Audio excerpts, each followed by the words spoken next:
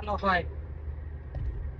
So ఈరోజు జరిగిన cockroach party ప్రొటెస్ట్లో NEET exam గురించి కన్నా కూడా వాళ్ళ ప్రొటెస్ట్ అంతా చేసేది వాళ్ళు ఎన్జిఓస్ గురించి ఎఫ్సిఆర్ఏ 2.0 గురించి.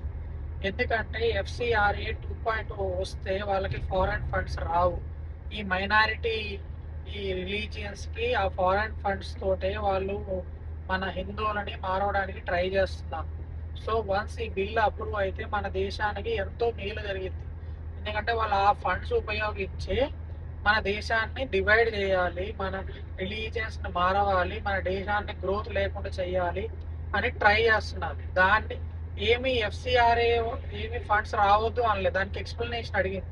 ఆ ఫండ్స్ ఎటు వెళ్తున్నాయి చెప్పండి అని. సో దానికి వీళ్ళు ఇండైరెక్ట్గా ఎన్జిఓస్కి అన్నీ తెలుసు కదా, ఆ మైనారిటీ ఎన్జిఓస్ అన్నీ వాళ్ళకి ఎక్కడ డబ్బులు ఆగిపోతాయో అని చెప్పి ఈ ఈ నీట్ ఎగ్జామ్లో ఎడ్యుకేషన్ అని అడ్డం పెట్టుకొని మన హిందుత్వాన్ని హీలన చేస్తూ, అంటే తక్కువతో మాట్లాడుతూ, మన దేవుళ్ళని తిట్టుతూ, వాళ్ళ దేవుళ్ళని పొగుడుకుంటూ ఇలాంటివి చేస్తున్నారు. ఇప్పటికైనా మన వాళ్ళు మేల్కోండి. ఎందుకంటే మీరు ఒక్కసారి ఇంట్లో ఉన్నంతసేపు మీకు ఏం అర్థం కాదు. సో మన దేశం మంచిగా ఉన్నంతసేపు మీకు అర్థం కాదు. అది చిన్న చిన్నగా పాకి పెద్దదై ముక్కలైన రోజు తెలుస్తుంది. బయట ఉన్నోడికి ఆ వాల్యూ ఏంటో తెలుస్తుంది. ఇప్పుడు వేరే దేశాలు ఎంత ఇబ్బంది పడుతున్నాయో ఆ మైనారిటీ రిలీజియన్స్ వల్ల, మీరు యూకేని యూరప్ని చూస్తే మీకు అర్థమవుతుంది ఎంత ప్రాబ్లం ఉంది అట్లాంటి వాళ్ళతోటి. మనము మెజారిటీ ఉన్నాం కాబట్టి మన దేశంలో మనం అట్లా ఫ్రీడమ్గా బతుకుతున్నాం. అదే వన్స్ మనం తగ్గిపోతే మీకు అర్థమవుతుంది. ఒకసారి ఈ మనం తక్కువ ఉన్న బంగ్లాదేశ్, పాకిస్తాన్లో ఉన్న హిందువులు అడగండి, మీకు తెలుస్తుంది ఎంత బాధలు ఉంటాయో, ఏముంటుందో.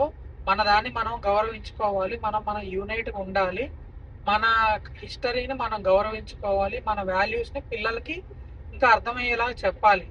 ఈ కాక్రోచ్ పార్టీ, ఆ పార్టీ, ఈ పార్టీ, వీళ్ళన్నీ ఇవి ఫండ్స్ కోసం నడిచే అవి దేశాన్ని బాగు చేయడానికి నడిచేవి కాదు. మీరు ఎడ్యుకేషన్ చదువుకునే వాళ్ళు మీకు అర్థం కాదు ఇప్పుడే. మీరు వన్స్ సర్టెన్ స్టేజ్ వచ్చినప్పుడు మీకు అర్థమవుతుంది. బట్ ఇప్పుడు మీరు చదువు మీద కాన్సన్ట్రేట్ చేయండి. మీరు చదువు మంచిగా వస్తే ఆపర్చునిటీ అనేది వస్తుంది. కష్టపడండి, చదువుకుంటే ఆటోమేటిక్గా ఆపర్చునిటీ దొరికిద్ది ఏదో ఒక విధంగా. సో నేను చెప్పేది ఏంటంటే ఇలాంటి వాటిని నమ్మబాకండి. అండ్ మన దేశం ఇప్పుడే మంచి గ్రోత్లో ఉంది, మంచి రెస్పెక్ట్ ఉంది ఆల్ ఓవర్ ది వరల్డ్, మంచి ఫ్యూచర్ ఉంది. ఇంకో 30 yearsలో మన దేశాందే. దాన్ని ఇప్పుడు ఈ మైనారిటీ దేశాలు, చైనా వీళ్ళకి డబ్బులు ఇచ్చి మరీ మనని పోగొలాలని చూస్తున్నాయి. Thank you.